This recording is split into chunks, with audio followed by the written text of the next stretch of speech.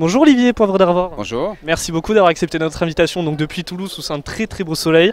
Alors on va parler de l'événement qui a lieu ce fin juin, à savoir le Marathon des mots. Justement, est-ce que vous pouvez nous présenter cet événement? J'ai envie de vous le présenter là avec ceux qui viennent et qui sortent d'une lecture là il y a quelques instants, d'autres qui vont rentrer. En fait c'est d'abord une manifestation qui est construite avec ceux et celles qui aiment la lecture, le texte et qui aiment les acteurs, qui aiment entendre.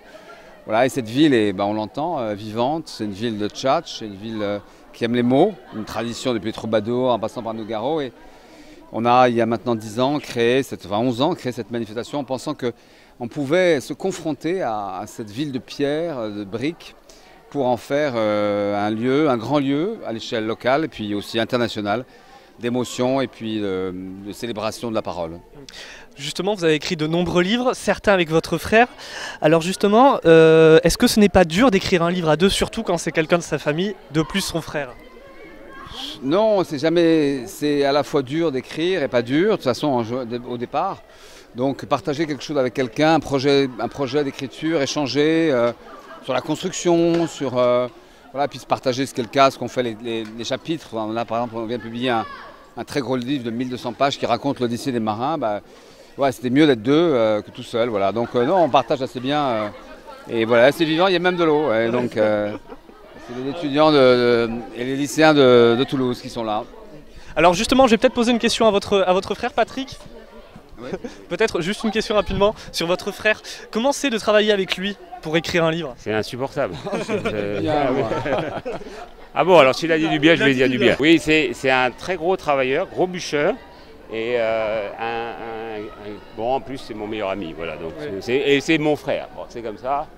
Je n'ai pas fait exprès, mais c'est mes parents qui ont décidé pour ça. Merci. Non, on s'entend très bien. Merci. On va peut-être attendre Olivier qui revient avec nous après cette petite interview. Bon, maintenant on va parler de votre métier à vous et à votre frère. Vous êtes quand même une famille assez implantée dans les médias. Est-ce que vous voyez faire le métier de votre frère, c'est-à-dire animer une tranche d'information le soir en radio comme il le fait sur Radio Classique, peut-être sur France Culture? Je fais beaucoup mieux, moi je dirige toute une radio. Donc lui c'est juste une tranche à 19h. Non, sérieusement, non, moi j'aime animer, diriger une équipe. Je ne suis pas animateur ou producteur d'émissions. J'aime vraiment construire... Ce que je fais avec France Culture, c'est une radio qui est de plus en plus accessible à plus en plus de monde. Voilà, ça m'empêche de l'écouter d'ailleurs parce que c'est sur une autre radio, qui est Radio Classique, mais c'est complémentaire. En tout cas, c'est vrai qu'on se retrouve à travers ça depuis 2-3 ans avec Patrick autour de cette chose toute simple qui s'appelle la radio. Alors justement, dernière question par rapport à la radio.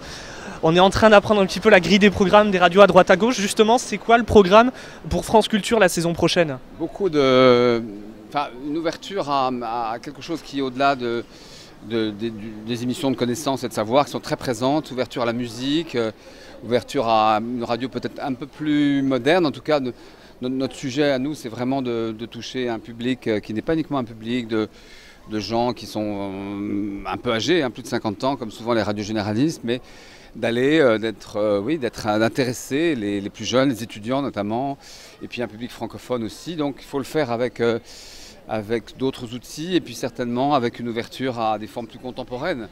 Moi je veux faire une radio très contemporaine et qui puisse parler de l'histoire aussi, de la philosophie, mais qui soit ancrée dans son temps. Et elle existe depuis 50 ans cette radio, il faut essayer de l'inventer pour les années à venir. Et dernière question, le bilan qu'on peut tirer de cette saison de France Culture, un bon bilan plutôt parce que les audiences étaient quand même assez bonnes, on peut le dire, pour France Culture. Oui, on est vraiment une des radios dont la progression la plus importante ces dernières années. Oui, vous demanderez rarement, vous obtiendrez rarement la réponse d'un directeur de quelque chose qui va vous expliquer que ça va mal, mais là, il y a des chiffres, en effet. C'est une radio surtout qui est intéressante en ce qu'on voit qu'elle est de plus en plus téléchargée, c'est la 2e ou 3e plus téléchargée en France, après Europe 1, à côté de France Inter. Et donc c'est une radio qui, au-delà de l'écoute simple, est une radio que les gens veulent garder. Et je dis un peu, souvent même d'ailleurs, que cette radio, c'est de la radio durable. Voilà. C'est que nous produisons des contenus qui sont relativement durables, qui ne sont pas forcément du flux. Et ça, oui, avec le temps, cette radio s'est imposée. Et malgré ce qui peut arriver, la difficulté des uns et des autres, budgétaire, etc., je pense que c'est vraiment Une radio, c'est un média qui a un avenir incroyable et qui devrait aujourd'hui, dans les années à venir, gagner beaucoup d'auditeurs et au-delà de l'audience, surtout de l'influence aussi, au-delà des frontières françaises. Merci beaucoup Olivier. Merci beaucoup.